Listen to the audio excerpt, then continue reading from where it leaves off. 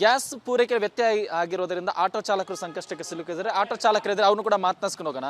Sir, ಈಗ ಎಷ್ಟಿದೆ ದರ? ಈ ಹಿಂದೆ ಎಷ್ಟಿತ್ತು? ನಿಮ್ಗೆ ಯಾವ ರೀತಿ ಸಮಸ್ಯೆ ಆಗಿದೆ? ಈಗ ಲಾಸ್ಟ್ ಮಂತು 59 ರೂಪಾಯಿ ಇತ್ತು. ಏನು ಯುದ್ಧ ಭೀತಿ ಬಂದ ನಂತರದಲ್ಲಿ ಅದನ್ನು 5 ರೂಪಾಯಿ ಏರಿಕೆಯನ್ನು ಮಾಡಿ 64 ರೂಪಾಯಿ ಮಾಡಿದರು. ಇವರು ಯುದ್ಧ ಭೀತಿ ಅಂತ ಹೇಳ್ತಾರೆ. ಈಗ ಒಂದು ಕಮಿಟಿ ಅಂತ ಇದೆ, ಕೇಂದ್ರ ಸರ್ಕಾರ ಆಗ್ಬೋದು, ರಾಜ್ಯ ಸರ್ಕಾರಗಳೇ ಆಗ್ಬೋದು, ದರ ನಿಗದಿಪಡಿಸೋದಕ್ಕೆ ಅಂತ ಒಂದು ಕಮಿಟಿ ಇದೆ. ಈಗ ನಮಗೆಲ್ಲ ಹಿಂದೆ 1ನೇ ತಾರೀಕು ಏರಿಕೆಯನ್ನು ಮಾಡಿರ್ತಾರೆ, 4ನೇ ತಾರೀಕು ಬ್ಯಾರೆಲ್ ರೇಟ್ ಕಡಿಮೆ ಆದಂಥ ಸಂದರ್ಭದಲ್ಲಿ ಅದೇ ದರವನ್ನು ಕಂಟಿನ್ಯೂ ಮಾಡ್ಕೊಂಡು ಹೋಗ್ತಾರೆ. ಈಗ 1ನೇ ತಾರೀಕು 5ನೇ ತಾರೀಕು 5 ರೂಪಾಯಿಯನ್ನು ಏರಿಕೆ ಮಾಡಿದ್ದಾರೆ. 64 ರೂಪಾಯಿ ಮಾಡೋದನ್ನು ಈ ಒಂದು ತಿಂಗಳು ಕಂಪ್ಲೀಟ್ ಅದನ್ನೇ ಕಂಟಿನ್ಯೂ ಮಾಡಬೇಕು ದರ ಏರಿಕೆಯನ್ನು. ರಾಜ್ಯ ಸರ್ಕಾರಗಳು ಮತ್ತು ಕೇಂದ್ರ ಸರ್ಕಾರಗಳು ಸಾಲ ಮಾಡ್ತಾರೆ. ಸಾಲ ಮಾಡಿಬಿಟ್ಟು ಯಾರಿಗೆ ಕೊಡ್ತಾರೆ? ಅವರವ್ರ ಮನೆಗಳನ್ನ ಉದ್ಧಾರ ಮಾಡ್ಕೊಳ್ಳೋದಕ್ಕೆ ಮಾಡ್ಕೊಳ್ತಾರೆ. ನಾವು ಕೇಳ್ತಿರೋದೇನು, ಈಗ ಲಾಸ್ಟ್ ಮಂತ್ 59 ರೂಪಾಯಿ ಇದ್ದಿದ್ದನ್ನು 1ನೇ ತಾರೀಕು 64 ರೂಪಾಯಿ ಏನು ಮಾಡಿದಿರಾ ಅದನ್ನು ಕಂಟಿನ್ಯೂ ಆಗಿ 30ನೇ ತಾರೀಕು ತನಕಲ್ಲೂ ಕೂಡ ನಿಮ್ಮ ಕಮಿಟಿಯ ತೀರ್ಮಾನ ಇದು. ಒಂದು ತಿಂಗಳಿಗೆ ಒಮ್ಮೆ ದರವನ್ನು ಏರಿಕೆಯನ್ನು ಮಾಡಬೇಕು ಅಂತಕ್ಕಂಥದ್ದು ನಿಮ್ಮ ಕಮಿಟಿಯ ತೀರ್ಮಾನ. ಇವತ್ತು ಎಲ್ಲೋ ಬೇರೆ ದೇಶಗಳಲ್ಲಿ ಯುದ್ಧ ನಡೀತಾ ಇದೆ ಅನ್ನುವಂತಹ ಒಂದು ಉದಾಹರಣೆಯನ್ನು ಇಟ್ಕೊಂಡು ಹಗಲು ರಾತ್ರಿ ದುಡಿದು ತಿನ್ನುವಂತಹ ಆಟೋ ಚಾಲಕರುಗಳ ಮೇಲೆ ಇಷ್ಟು ದೌರ್ಜನ್ಯ ಮಾಡ್ತಾ ಇರ್ತಕ್ಕಂಥ ಸರ್ಕಾರದ ನೀವೊಂದು ಈ ನಿರ್ಧಾರವನ್ನು ನಾವು ಖಂಡಿಸ್ತೀವಿ. ಇಲ್ಲಿ ಸಿಬ್ಬಂದಿ ಮಾತಾಡ್ಸ್ಕೊಂಡು ಹೋಗೋಣ. ಸರ್, ಏನಂತಾರೆ ಸರ್ ಆಟೋ ಚಾಲಕರು ಏನಂತಾರೆ? ಎಷ್ಟು ದರ ಏರಿಕೆ ಆಗಿದೆ ಅಂತ? ಸರ್, ದರ ಏರಿಕೆ ಆಗಿದೆ ಕರೆಕ್ಟು. ಈಗ ನಾವು ಒಂದು ಲೋಡ್ಗೆ ಬಂದು ಒಂದು ಅಂದಾಜಲ್ಲಿ ಹೇಳ್ತೀನಿ, ಇಷ್ಟೇ ಅಂತ ನಾನು ಹೇಳಲ್ಲ. ಈಗ 3 ಲಕ್ಷ ಕೊಟ್ಟು ನಾವು ಒಂದು ಲೋಡ್ ತೊಗೋತಾ ಇದ್ದರೆ ಅದೇ ಬಂದು 6 ಲಕ್ಷ ಇದೆ. ನಾವು 6 ಲಕ್ಷಕ್ಕೆ ತೊಗೊಂಡು ನಾವೇನು ರೇಟಿಗೆ ಮಾರೋಣ ನೀವೇ ಹೇಳಿ. ಈಗ ನಮಗೇನು ಅವ್ರ ಹೊಟ್ಟೆ ಮೇಲೆ ಹೊಡೆದು ನಾವು ಸಂಪಾದನೆ ಮಾಡ್ಬೇಕನ್ನೋದು ಏನು ಇದಿಲ್ಲ. ಈಗ ನಾವು ಡಬಲ್ ಕೊಟ್ಟರು ಮಾಲ್ ಸಿಗ್ತಾ ಇಲ್ಲ ನಮಗೆ. ಸರ್ ಹೇಳ್ದಂಗೆ 64 ಆಯಿತು, ಮತ್ತು 69 ಆಯಿತು. ಈಗ ನಿನ್ನೆಯಿಂದ 85 ಆಗಿದೆ. ಅಲ್ಲ, 54 ರೂಪಾಯಿ ಎಷ್ಟು ದಿನದ ಹಿಂದೆ ಇದ್ದಿದ್ದು? 2 ಮಂತ್ಸ್ ಬ್ಯಾಕ್ ಇತ್ತು. 54 ಇತ್ತು. 64 ಯಾವಾಗ ಆಯಿತು? ಲಾಸ್ಟ್ ಮಂತ್ ಆಯಿತು. ಈ 1ನೇ ತಾರೀಕು ಆಯಿತು, ಮತ್ತು 5ನೇ ತಾರೀಕು 69 ಆಯಿತು. ಈಗ ನಿನ್ನೆಯಿಂದ 85 ಆಯಿತು. ಕೆಲವು ಬಂಕಲ್ಲಿ 90 ಓಡ್ತಾ ಇದೆ. ಈಗ ನಿಮಗೆ ಸ್ಟಾಕ್ ಇದೆಯಾ ಸರ್? ಎಷ್ಟು ದಿನಕ್ಕಾಗುವಷ್ಟಿದೆ? ಇಲ್ಲ, 2 ಗಂಟೆ ಇಲ್ಲ 5 ಗಂಟೆ ಕ್ಲೋಸ್ ಆಗುತ್ತೆ ಅಷ್ಟೇ. 5 ದಿನ ಆಗಿದೆ. ನಮ್ಮ ಲಾರಿ ಪ್ಲಾಂಟ್ಗೆ ಹೋಗಿ 5 ದಿನ ಆಗಿದೆ. ಪ್ಲಾಂಟಲ್ಲೇ ಮಲಗಿದ್ದಾರೆ ಡ್ರೈವರು, ಇನ್ನೂ ಬಂದಿಲ್ಲ ಗಾಡಿ.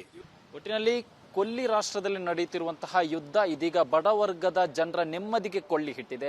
ಅದರಲ್ಲೂ ಕೂಡ ಪ್ರಮುಖವಾಗಿ ಆಟೋ ಚಾಲಕರಾಗಿರ್ಬೋದು, ನಿತ್ಯದ ದುಡಿಮೆಯನ್ನೇ ನಂಬಿ ಬದುಕುತ್ತಿರುವಂತಹ ಬಡ ಆಟೋ ಚಾಲಕರಿಗೂ ಕೂಡ ಇದೀಗ ಸಮಸ್ಯೆಯನ್ನು ಎದುರಿಸ್ತಾ ಇದ್ದಾರೆ.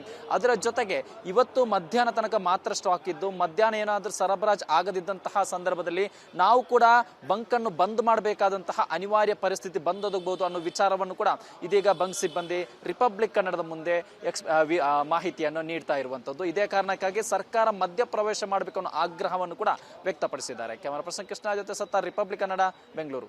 ಗ್ಯಾಸ್ ಪೂರೈಕೆ ವ್ಯತ್ಯಯ ಆಗಿರೋದ್ರಿಂದ ಆಟೋ ಚಾಲಕರು ಸಂಕಷ್ಟಕ್ಕೆ ಸಿಲುಕಿದ್ದಾರೆ. ಆಟೋ ಚಾಲಕರಿದ್ರೆ ಅವ್ನು ಕೂಡ ಮಾತನಾಡ್ಸ್ಕೊಂಡು ಹೋಗೋಣ. ಸರ್, ಈಗ ಎಷ್ಟಿದೆ ದರ? ಈ ಹಿಂದೆ ಎಷ್ಟಿತ್ತು? ನಿಮ್ಗೆ ಯಾವ ರೀತಿ ಸಮಸ್ಯೆ ಆಗಿದೆ?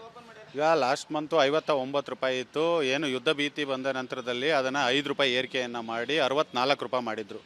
ಇವರು ಯುದ್ಧ ಭೀತಿ ಅಂತ ಹೇಳ್ತಾರೆ. ಈಗ ಒಂದು ಕಮಿಟಿ ಅಂತ ಇದೆ, ಕೇಂದ್ರ ಸರ್ಕಾರ ಆಗ್ಬೋದು, ರಾಜ್ಯ ಸರ್ಕಾರಗಳೇ ಆಗ್ಬೋದು, ದರ ನಿಗದಿಪಡಿಸೋದಕ್ಕೆ ಅಂತ ಒಂದು ಕಮಿಟಿ ಇದೆ.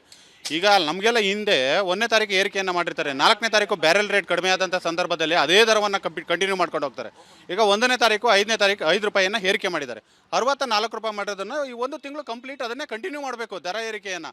ರಾಜ್ಯ ಸರ್ಕಾರಗಳು ಮತ್ತು ಕೇಂದ್ರ ಸರ್ಕಾರಗಳು ಸಾಲ ಮಾಡ್ತಾರೆ. ಸಾಲ ಮಾಡಿಬಿಟ್ಟು ಯಾರಿಗೆ ಕೊಡ್ತಾರೆ? ಅವರವ್ರ ಮನೆಗಳನ್ನ ಉದ್ಧಾರ ಮಾಡ್ಕೊಳ್ಳೋದಕ್ಕೆ ಮಾಡ್ಕೊಳ್ತಾರೆ.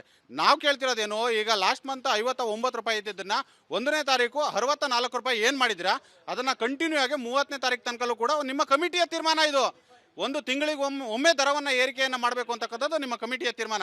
ಇವತ್ತು ಎಲ್ಲೋ ಬೇರೆ ದೇಶಗಳಲ್ಲಿ ಯುದ್ಧ ನಡೀತಾ ಇದೆ ಅನ್ನುವಂತಹ ಒಂದು ಉದಾಹರಣೆಯನ್ನು ಇಟ್ಕೊಂಡು ಹಗಲು ರಾತ್ರಿ ದುಡಿದು ತಿನ್ನುವಂತಹ ಆಟೋ ಚಾಲಕರುಗಳ ಮೇಲೆ ಇಷ್ಟು ದೌರ್ಜನ್ಯ ಮಾಡ್ತಾ ಇರ್ತಕ್ಕಂಥ ಸರ್ಕಾರದ ನೀವೊಂದು ಈ ನಿರ್ಧಾರವನ್ನು ನಾವು ಖಂಡಿಸ್ತೀವಿ.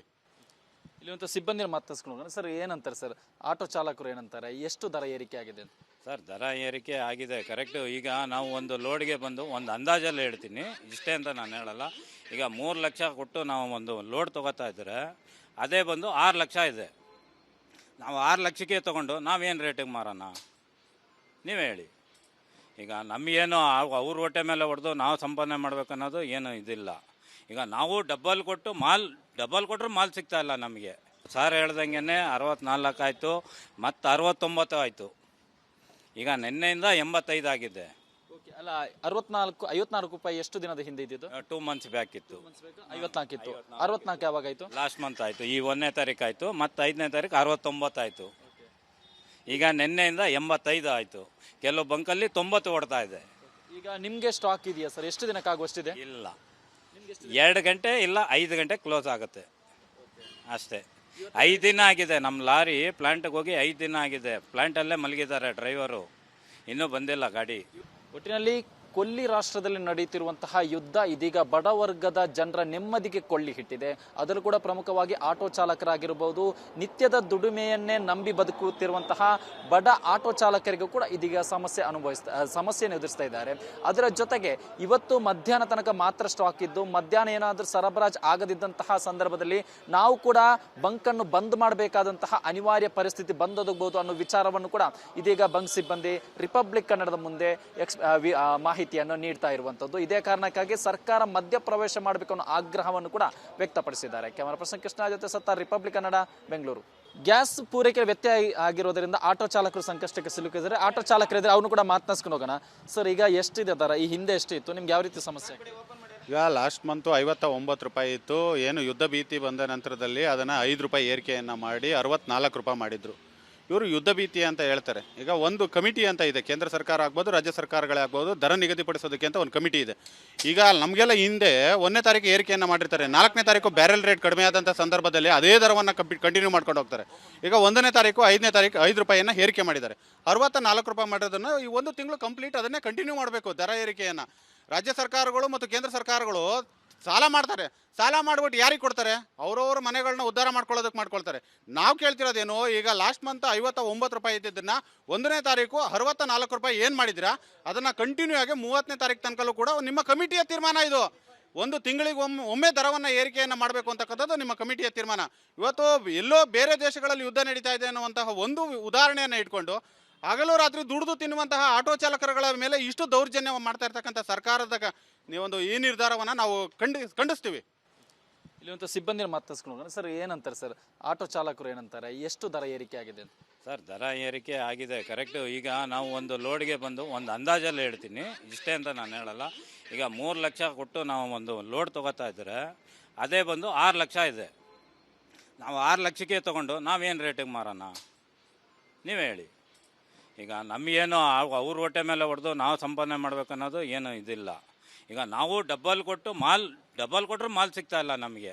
ಸರ್ ಹೇಳ್ದಂಗೆ 64 ಆಯಿತು, ಮತ್ತು 69 ಆಯಿತು. ಈಗ ನಿನ್ನೆಯಿಂದ 85 ಆಗಿದೆ.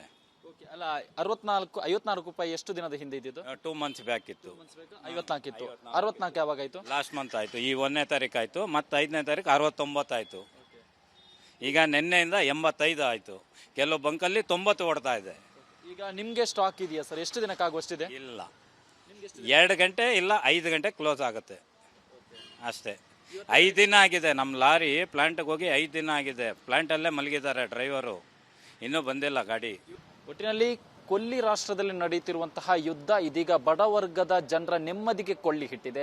ಅದರಲ್ಲೂ ಕೂಡ ಪ್ರಮುಖವಾಗಿ ಆಟೋ ಚಾಲಕರಾಗಿರ್ಬೋದು, ನಿತ್ಯದ ದುಡಿಮೆಯನ್ನೇ ನಂಬಿ ಬದುಕುತ್ತಿರುವಂತಹ ಬಡ ಆಟೋ ಚಾಲಕರಿಗೂ ಕೂಡ ಇದೀಗ ಸಮಸ್ಯೆಯನ್ನು ಎದುರಿಸ್ತಾ ಇದ್ದಾರೆ. ಅದರ ಜೊತೆಗೆ ಇವತ್ತು ಮಧ್ಯಾಹ್ನ ತನಕ ಮಾತ್ರ ಸ್ಟಾಕ್ ಇದ್ದು, ಮಧ್ಯಾಹ್ನ ಏನಾದರೂ ಸರಬರಾಜು ಆಗದಿದ್ದಂತಹ ಸಂದರ್ಭದಲ್ಲಿ ನಾವು ಕೂಡ ಬಂಕನ್ನು ಬಂದ್ ಮಾಡಬೇಕಾದಂತಹ ಅನಿವಾರ್ಯ ಪರಿಸ್ಥಿತಿ ಬಂದೊದಗಬಹುದು ಅನ್ನೋ ವಿಚಾರವನ್ನು ಕೂಡ ಇದೀಗ ಬಂಕ್ ಸಿಬ್ಬಂದಿ ರಿಪಬ್ಲಿಕ್ ಕನ್ನಡದ ಮುಂದೆ ಮಾಹಿತಿಯನ್ನು ನೀಡ್ತಾ ಇರುವಂತದ್ದು. ಇದೇ ಕಾರಣಕ್ಕಾಗಿ ಸರ್ಕಾರ ಮಧ್ಯಪ್ರವೇಶ ಮಾಡಬೇಕು ಅನ್ನೋ ಆಗ್ರಹವನ್ನು ಕೂಡ ವ್ಯಕ್ತಪಡಿಸಿದ್ದಾರೆ. ಕ್ಯಾಮರಾ ಪರ್ಸನ್ ಕೃಷ್ಣ ಜೊತೆ ಸತ್ತಾರ್, ರಿಪಬ್ಲಿಕ್ ಕನ್ನಡ, ಬೆಂಗಳೂರು.